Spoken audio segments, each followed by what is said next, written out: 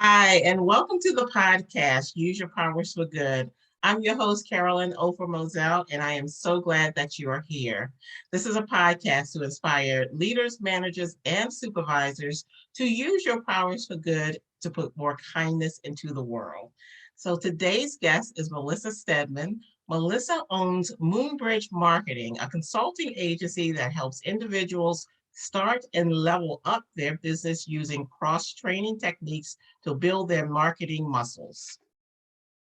Today, Melissa is going to talk to us about a tool that you can use whether you lead a business, team, project, or community to help you manage the one thing in life that we just never seem to have enough of, and that is time. So welcome, Melissa. We're so glad that you're here. Thank you, Carolyn. It's really nice to be here.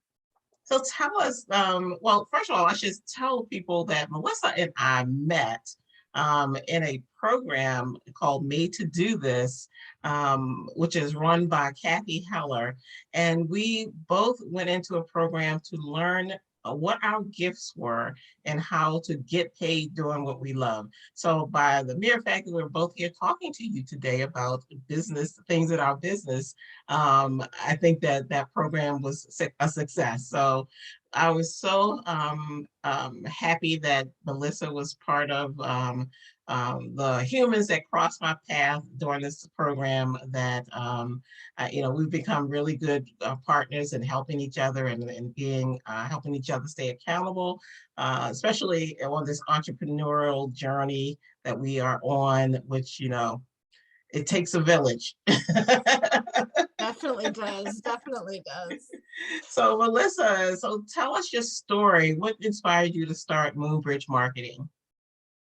Well, it's funny. As you asked me that question earlier, I was thinking, well, how can I explain this? I think I started in marketing positions because I got to do a little bit of everything. So the funny thing about any kind of marketing group is that you really get input from all different directions, both higher levels and lower levels. So you really get to see sort of the crux of all the different processes that go on.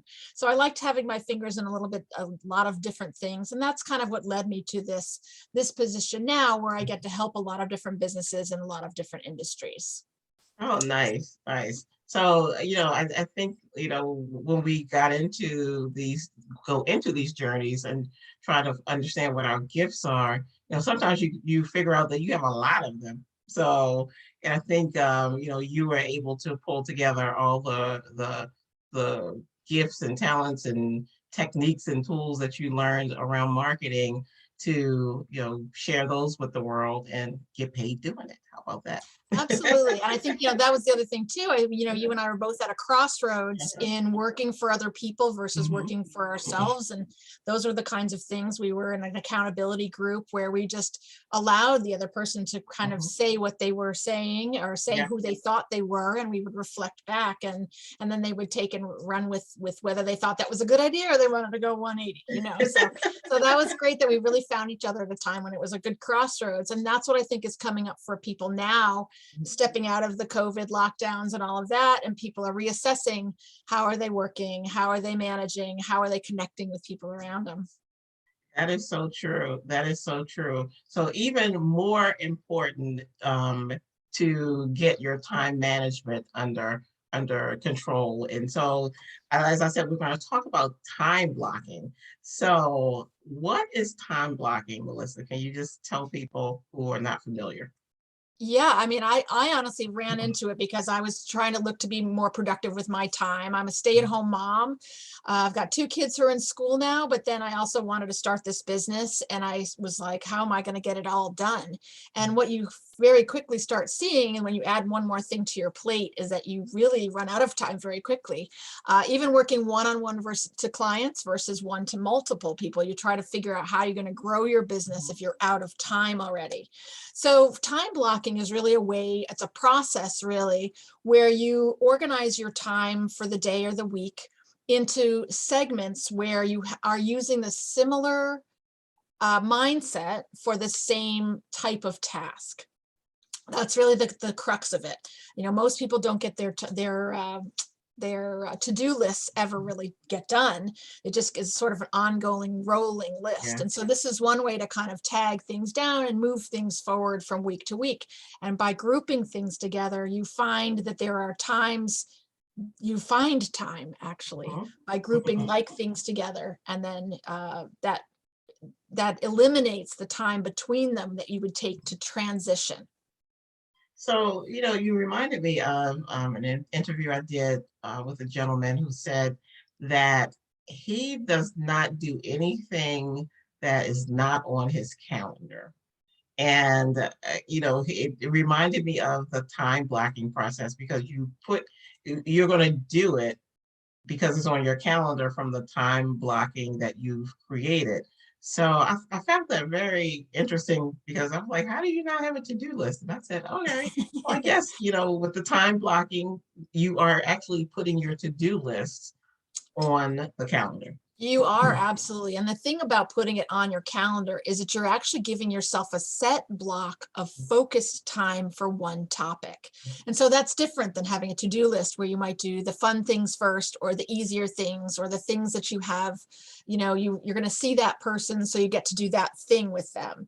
Right. And I think that's where the dynamic comes with starting and stopping tasks and getting refocused is really what takes the time. That's the time that becomes a just buffer time that you actually find the time because it's not transition time anymore. You're focused on one task, same mindset. It doesn't become a rolling list. So you're Right. right. I mean, very famous people use Tesla uses it.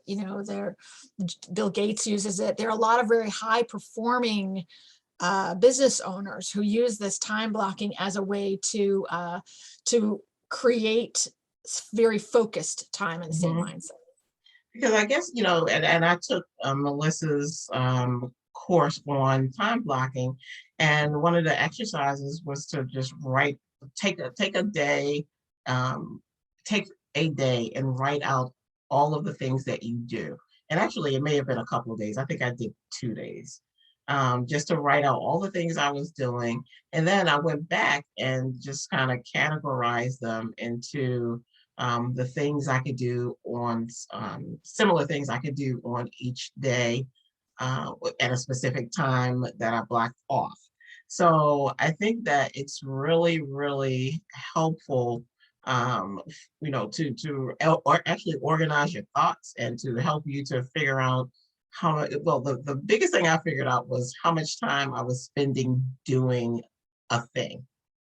And, the thing that I That's spent a lot of time with was recording videos. So, Yeah, I mean, that's one of the other parts of doing this exercise. And that's why I did that class in 3 days, because I wanted each piece to be, I wanted you to complete each section at a time. It doesn't have to be done in 3 days, but 3 sections, because really putting your full thought into one piece at a time, and each piece builds on the piece before it. So really understanding how much time each element that you're doing takes, mhm. that's something that not everybody, but most people, I would say, at least for some tasks, highly underestimate how much time they spend for that. That is true. And then all with the new work wardrobe that we have these days, having to like for us ladies put on makeup and all the whole thing to get ready to do videos. I found that definitely time blocking that has been helpful. And Yeah. has helped me to like be ready just for the whole day of in the mindset of what I have to do related to video recording. So it definitely helps to get your thoughts organized. Yeah, I mean, and then that Mhm, that comes with another term that they use called batching. mhm, You batch. They say you can batch your social media or you batch your video production. mhm. You can't batch putting on makeup every morning, but you can't batch eating your lunch every day. You can't batch that all into one. You'd be sick all week. But Right. the point is that you would have a certain time built in for that, so you don't find yourself that you start production at noon Mhm. and really you needed to start at 11:30 because you have some prep work to do, checking your equipment and stuff like that. So Yes. really adding in that real time that you need Mhm. is actually something that you lay out as part of that exercise, because you really do need to add that in. It really Mhm. counts as the time you need, and the more efficient you are, the more other time you can find for things like family time or time off or even just lunchtime. I mean, a Mhm. lot of us eat Mhm. lunch right, at our desks, even at home. Yeah, exactly. And I was thinking that the closest thing I did come to time batching, especially during my time in city government, is I had a special assistant, Zoe, who would color code everything. Yeah, And so I really got trained to understand that, she put everything that was outside of the office was in green, things yeah, that were in yellow were meant something, things that were like another color meant like that was something with the mayor or whatever the case may be. But, so, once it may feel like it's some work in the beginning, or well, just talking about it may feel like it's some work to do, but once you really get accustomed to what you've created, it really flows for you, and then you really learn to just kind of rely and depend on knowing that everything in green is, this is, you look at your calendar in green and you're like, at the end of the week, you have like all these places to go. So that may mean right, you do some other stuff earlier in the week. So, right. I'm a fan. Oh, good, good, good. Well, I mean, that's part of it too. Part of it, and for me, being working from home and having Mhm, kids coming and going, and a lot of people, moms who stay at home still have stuff to do too. mhm, And all of us have appointments, and we all have meetings, and we all have groups of areas of time in between mhm. that can be spent either doing something productive or doing five things that are productive. And Right. it's sort of like, if you can group the things that are most like together, then that's more efficient time for your brain, Mhm, so it doesn't have to keep switching your mindset. mhm. Giving Yes. yourself some creative thinking time that you need to start buffering. You schedule around that time, so people start to learn to work around your time. You don't schedule Yeah. time in the creative time. You Right. don't schedule appointments there. Right. Right. Right. So, I mean, I think time blocking is something everyone should try at least once, or maybe twice, because, you have to acclimate yourself to a certain degree. But I think that once you start it and get yourself acclimated, then you'll feel how it makes your life a little easier. And for me, I, I'm getting some time back because I'm not like trying to record when I can.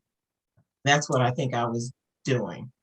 And Absolutely. And so, I think it also takes the decision making over what do I have to do next. mhm, If mhm, you've got, I've got two businesses. So as I laid things out, I realized that there were some days that were naturally better for some days than other days. mhm, And some days that I had recurring events that were for one business or the other. And so then it very clearly laid out for me which days had to be for mhm, which business. mhm. So, Yes. and then you lay in the things that are sort of permanent or that are going to happen during the week that are outside of your control. And then it's just about controlling the Mhm. in-between times so that you keep on mindset and you're more efficient with your time. So So just to kind of summarize, apparently I'm a fan of time blocking. So just to kind of summarize, like the benefits of time blocking, what would you say are like the top 3 to 4 benefits? yeah, Mhm, well, I mean, the first thing of it is that you're using the same mindset at the same time. So that mhm, efficiency leads to productivity. So I would say that definitely it takes out the decision making of what are you going to do next. All the people who get anxious on Sundays, I call it sad Sundays because it's really kind of mopey, or moody mhm, Mondays where people are just getting started. At least you have an idea about what to expect, what your brain can expect that day. And then I think the third thing is that you start to teach people to respect those little boundaries of yours, and so that you can protect that mindset. that is a good point. And again, when I was in city government, I had well, first of all, for those who don't know, I spent like most of my adult life in city government. So Bless um, you. so I have a long history of leadership development there. And so a lot of things that I've learned along the way, which I share now. But I had anyone in city government knows that you usually will end up with, like, you go in for one job, but you end up with 1 to 3 jobs all in one. And so I had to, like, time block, which I did not call it that. And I did like one task on, like, I would block this the Board of Estimates, for example. I managed the Board of Estimates. That was on Thursdays because I had to get prepared for the following week. And so I would have like days that I would handle personnel matters, and then I would have days that I would do administrative matters, that kind of thing. Right. So I mean, you were time blocking back then. You just didn't call it that. yeah, And so that's the same kind of thing where she had the mindset in one in the day of hmm, estimates was the day of estimates, yes, and your weeks could change. You can do this every like hmm, Friday afternoon. So you're set for the next week, or you can do it Sunday morning so that you don't spend all Sunday waiting for Monday to figure it out.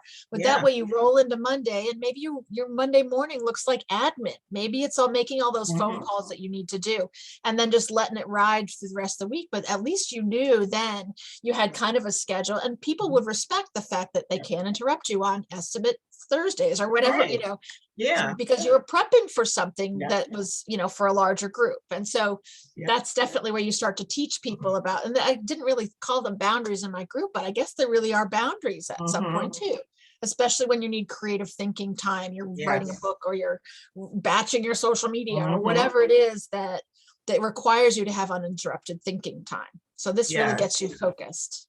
And that's what I thought about. During that time, I taught people how to respect those boundaries just Mhm. by communicating with them what they were, number one, and then actually practicing them. And so, in the beginning, people forget and all that, and you just gently remind them. But as time went on, people knew not to, like, um, interrupt me if I was preparing for the Board of Estimates because it was a very focused and tedious, detailed job. So, Right. but people will respect your boundaries once you institute time blocking into your schedule. So, but I guess what would you say to people who may say, well, this is not for me because my day rarely goes as planned and time blocking just seems like an impossible task. Absolutely. I mean, there are really two places where people get tripped up when they're interested in time blocking. This is absolutely the first one. They say my every day is different. And I would challenge that. And I would say, hey, look, my days are slightly different every day too, but there's some days that makes more sense to do some things than other things. If on Fridays I'm getting my brain is just ready for the weekend or prepping for whatever, fun that could happen on the weekend, then that's a very different thought process than, okay, I'm going to get up and make something happen this week on a Monday or on a Wednesday, or it's Taco Tuesday and you've got to work around getting your tacos on Tuesday, whatever it is. And I'm not going to say that anything is less important than the other because Yes. it's really what's important to you. So the point though is if you fall off that wagon and at least you have that time block. If something comes up and a kid is sick or your meeting gets moved up or moved back, you have an opportunity to say, look, I blocked that time. I'm not going to use it this week, but I'm going to keep it on my schedule. Hmm. And then that way, that next week you go, okay, you get a little bit better every time. You Hmm. get a little better at using your own schedule. And then that's when you start teaching people those boundaries as well. Now, like I said, it could change every week, Hmm. but trying to use it for a couple of weeks just to see if you can kind of group those things together, group the house things together, group the kid things together, group the meetings together if you can. So that way it gives you that uninterrupted time. And the That's second a good time point. yeah, I mean, the second time is really not just when you think your days or weeks are different, but really the other time is when you have a project that's bigger than a week. Mm, It's not just work where you go in every week and there's a slightly different project, but yours, I think you had a lot of ongoing things, but there were yes. definitely more busy times and less busy times. And we all have those. Let's say the lead up to Christmas for either Hmm. retailers or parents or whatever, where you have a busier time. You've got to fit in time to Mhm. shopping and Christmas cards or whatever, in addition to your already busy schedule. And I think if you have a bigger topic, like you have a goal, let's say you want to, I don't know, people always say lose weight in January or February, right? Right. For the summertime. So how are you going to do that? How are you going to fit in those workouts? Well, you've got to find that time to do that. And so by breaking your bigger goal down into smaller goals, I call it the divide and conquer it, but my worksheets help you do that. You take the bigger group and they lock it down into smaller categories. And then you start building those categories into your weekly schedule Mhm. with goals every week. And that's really what becomes the way to move ahead, is by moving one little baby step every week. At least you're Mhm. moving forward and you're not just standing still or moving backwards, and that becomes part of that. It's just that mindset. Yes, yes. With everything, the mindset is the first thing that needs to be adjusted. I don't care what you're doing. The And first thing that goes too. right, right. So tell us, like, the first thing we can do, like, after this podcast, they hit the stop button. What's the first thing that can be done to start the time blocking journey? Sure. I mean, I think really the first thing is to figure out how much time you're spending doing what. So just the full list of tasks, even just for one day. And it's not just enough really to know what tasks you're doing all day. You might have an idea of it, but writing down every single little thing. How long does it take you to get ready in the morning? How long is your commute or not? How long is does it Mhm. take you to do maybe a few phone calls in the morning? And do you actually do them? So how long does it take? What are your tasks? And Mhm. then assigning is a true, real time frame for how long does that take you? If it does take you that long to do your hair, add it in. Mhm. If it does take you that long to make your breakfast or have your cup of coffee, add that in, because Mhm. that's where you can get off track, is by not being true to yourself about how long things really take. That is So true. And you had a really good form that you gave out as part of your course that helped me to note what time I started the task, and how long it took me from the time that I started. So, and that was really, it was, instead of putting like 11 a.m. to 2 p.m., it was really mhm, helpful seeing like the amount of hours or minutes that it took to actually complete the task. And that made it help was helpful when I went to like time block and I knew that I needed, 3 hours versus an hour that I right, thought that it took me to do right. this. And then but when I put that hour down previously, those things sometimes would keep moving down the week, you know.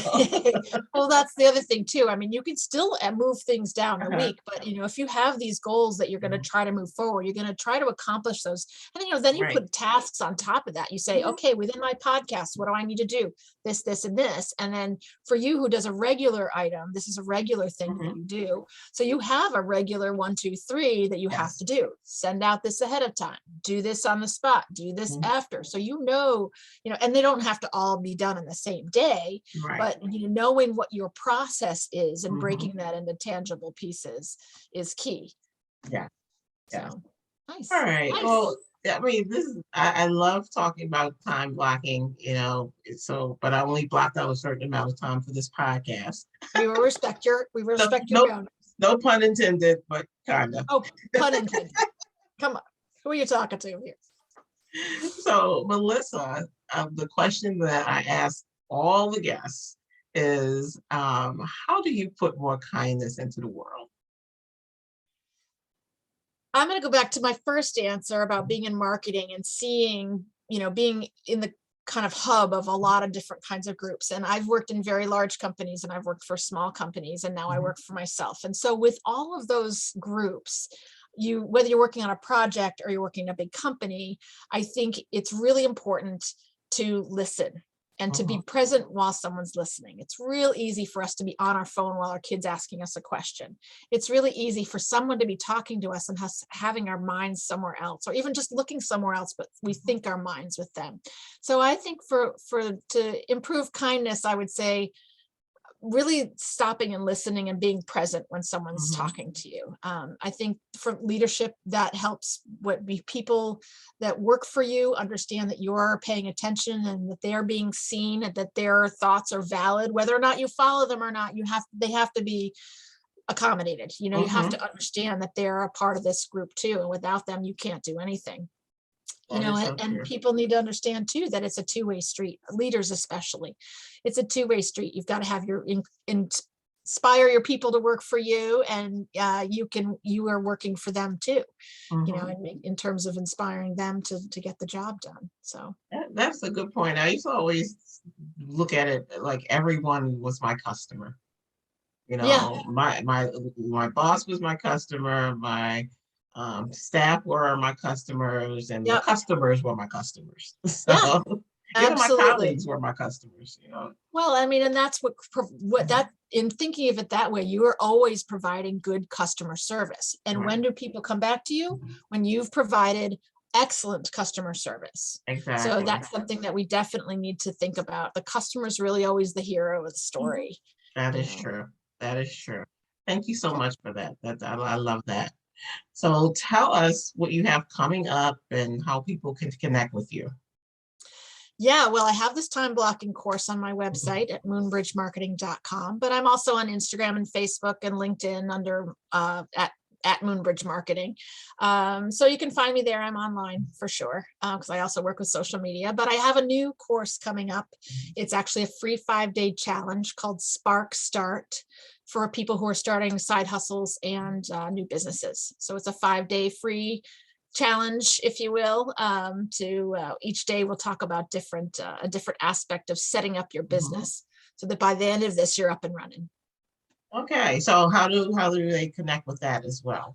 Go to my website, moonbridgemarketing.com, and I'll Okay. have something on the homepage, and I have something, a little pop-up that says, if you'd like to join the newsletter, and I'll send out more information. Excellent. All right. Everybody hear that? Moonbridgemarketing.com. All right.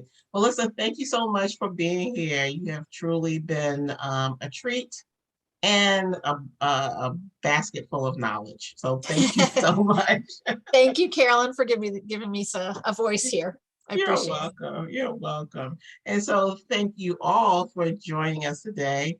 And until next time, be better today than yesterday. Be better tomorrow than today.